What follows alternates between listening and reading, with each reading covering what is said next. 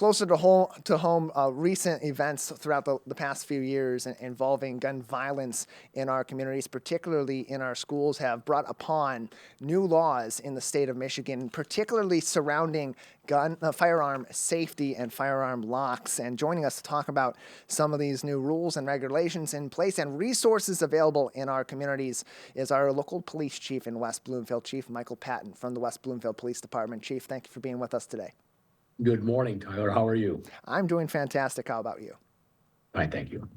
Glad to have you on to talk about a really important issue, too, because especially in the wake of the verdict in the trials of James and Jennifer Crumbly, the parents of the Oxford High School shooter, gun safety, firearm locks, and firearm storage has become a really hot button issue throughout the state of Michigan in the wake of those events several years ago. And so with this new law in effect, give us some insight into what is required of firearm owners in terms of locking and safely storing their firearms when they're not in active use.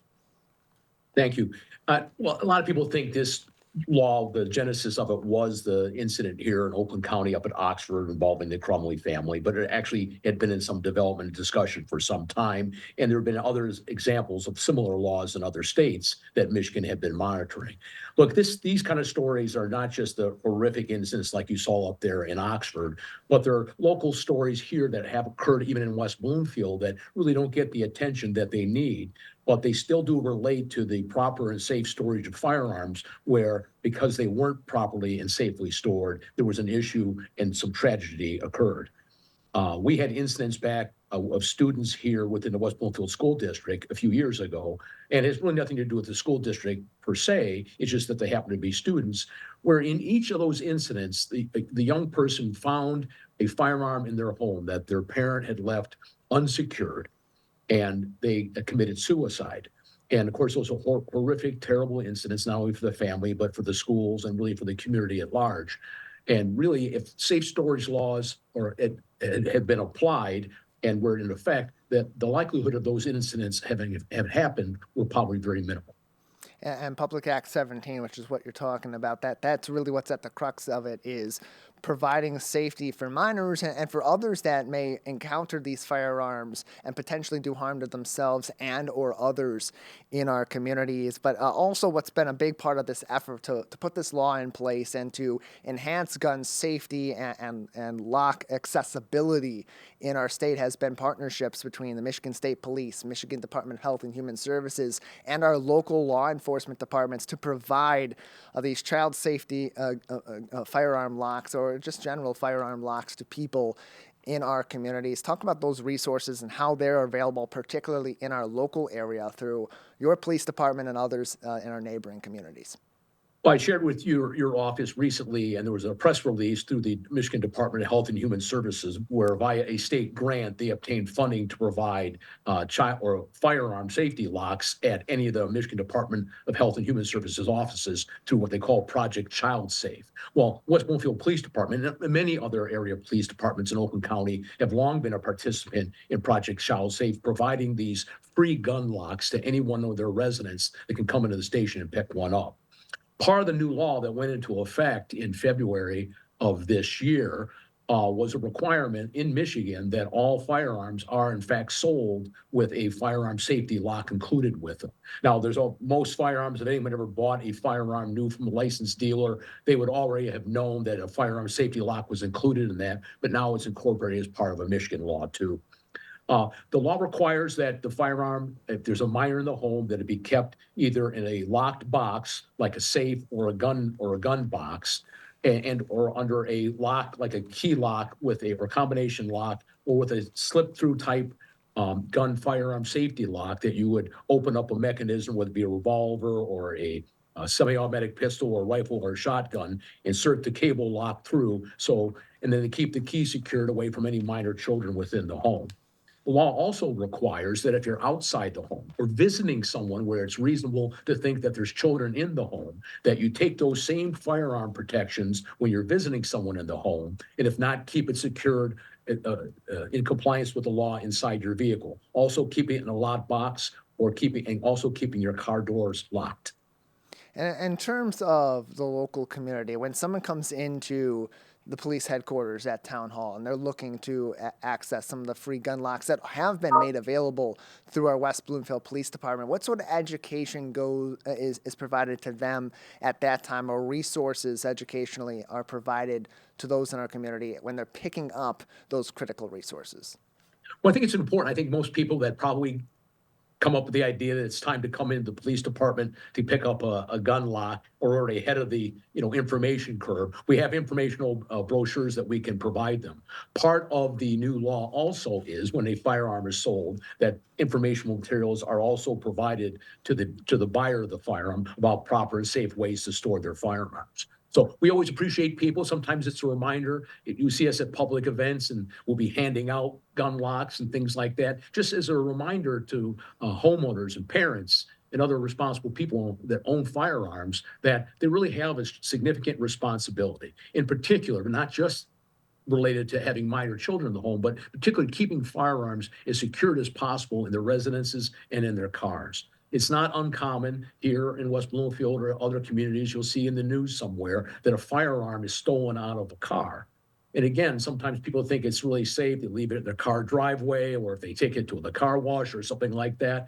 And all that does is increase the likelihood that a firearm now is going to be possessed by somebody that should not, in a particular minor, that you're really not a responsible person to have a firearm. And are there any exceptions in the case of this particular law in terms of firearm storage that may come into play? Are there individuals, are there groups or organizations that may be brandishing firearms at any point that may not have to follow along in compliance with some of these laws? Well, the legislature did carve out, I think, some reasonable exceptions of what most people would expect. I mean, there are obviously, if you're with your responsible adult or your parent and you're engaged in firearms training and target shooting, you obviously can possess a firearm. If you're on, licensed hunting, adventure, you can certainly have a firearm there. But those are always under control, measured, responsible times which a minor person under 18 years of age should have access to a firearm. And again, I think most responsible parents or other adults would approve of those exceptions. And as we bounce back to the beginning of our discussion, when I brought up the Oxford High School shooting and the trial of the Crumbly parents and ultimately the verdict of that, really centering around the negligence surrounding their safe storage of their firearm in this case. And as we approach that, as we look at that story and we think about it in the aftermath, what advice would you give to the community, particularly to parents, as they're discussing firearms and they're discussing firearms safety in particular with their kids as they're developing and maybe perhaps learning to be responsible gun owners in the future themselves?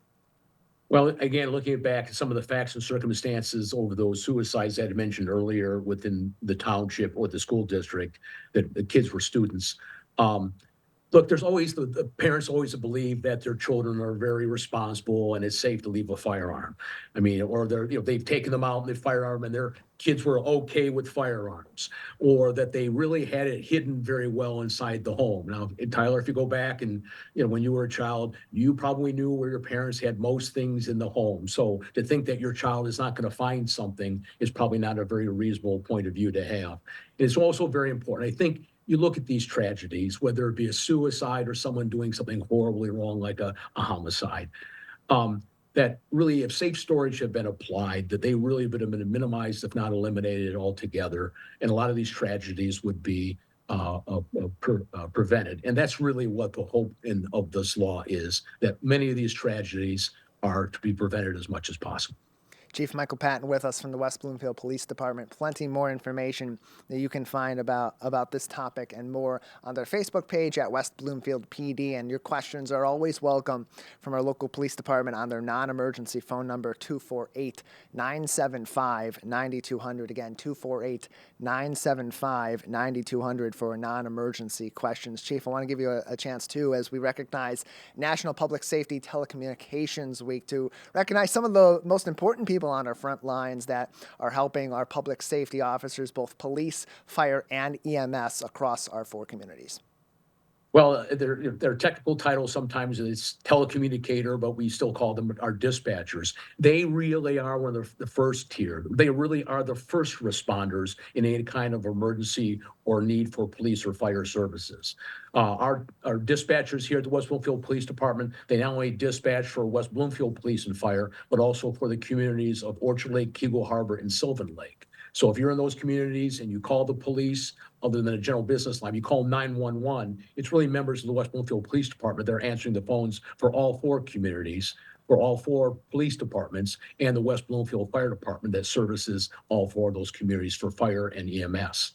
So they are invaluable to us. They're part of the team here in West Bloomfield, and we could not provide the services that we do to the communities that we do without them. Yeah, well, we thank them for their service to our community and for the extent of their service to our community across all of our public safety and across all four of the greater West Bloomfield municipalities. Chief, thank you so much for your time today. Good morning, and thank you.